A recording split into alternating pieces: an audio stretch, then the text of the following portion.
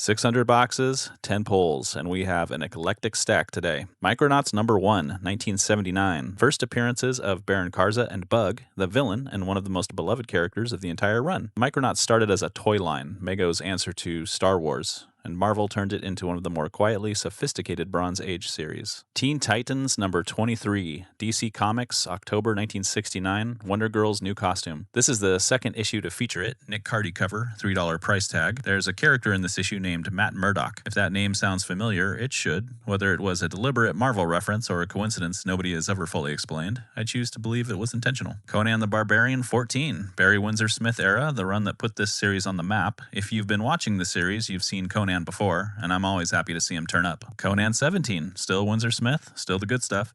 These two issues sit right in the heart of his most celebrated run on the title. Collectors who know Conan know exactly why this era matters. Namor the Submariner number 14, Namor versus the Human Torch. Spoiler alert, it's not actually the Human Torch, just somebody impersonating him. This has got cover damage on it, significant wear, so this is a reader, not a book you'd submit to CGC by any means. Weird Fantasy number 1. This is the Russ Cochran reprint, not the original. The originals are from 1950 and worth considerably more, but it is a faithful reproduction of a landmark comic. Weird Science and Weird Fantasy were EC's science fiction line.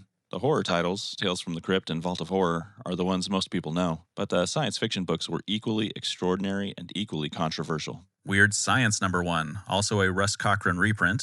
William Gaines published Weird Science and Weird Fantasy starting in 1950. Science fiction horror, before anyone was really doing it in comics. Stories about atomic anxiety, alien invasion, body horror, illustrated by some of the greatest artists in the medium. Wally Wood, Al Feldstein, Jack Davis. These books were so influential and so disturbing to certain people that Congress held hearings specifically about EC Comics in 1954. The Comics Code Authority was essentially created to shut them down. And it worked. EC folded in 1955. Weird Science number 2. Still the Cochran reprints. Still extraordinary source material. Wally Wood's art in this era is some of the finest science fiction illustration ever committed to a comics page. The originals of these books deserve to be in museums. The reprints at least keep them in circulation. Weird Science number 2 again. But this one is different. Double-sized, different cover, fantasy listed on the sidebar rather than science. Russ Cochran released multiple formats of these reprints, and this is the larger edition. 2 copies of the same issue number with different covers and different content. The EC reprint world is its own rabbit hole. Weird Science 4, last of the EC reprints. Horror is probably my favorite genre, and EC Comics, even in reprint form,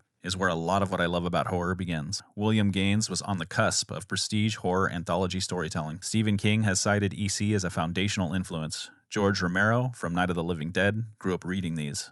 Steven Spielberg produced Creepshow in 1982 as a direct EC homage. The fingerprints of these 50-cent comics are on virtually everything in horror that came after them. Not the originals, but the real thing regardless. And that's 10. A Bronze Age key, a Silver Age Easter egg, 2 Conans, a reader copy of Namor, and 5 EC comic reprints that are worth talking about, even if they're not worth much. We'll see you in the next one.